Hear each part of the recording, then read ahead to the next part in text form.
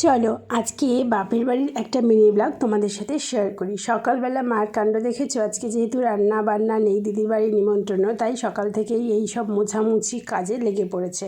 তারপরে বাবা ওদিকে স্নান করে পেপার পড়ছিল, তারপরে মাও স্নান করে পুজো দিল, আর আমি এখন রেডি হব ফর দিদির বাড়ি যাওয়ার জন্য। আমরা সবাই অ্যাকচুয়ালি রেডি হব।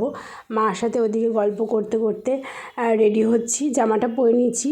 এইসব অকেশনে বেশি সাজগোজ একদমই আমি পোষায় না আমার, যেহেতু শীতকাল তাই কোল্ড ক্রিম তো মাখতেই হবে, আর বাইরে প্রচুর রোদ তাই একটু মেখে নিলাম সানস্ক্রিন। পুরোটাই মানে রোদে রোদে এখন এদিক ওদিক করতে হবে সেই কারণে।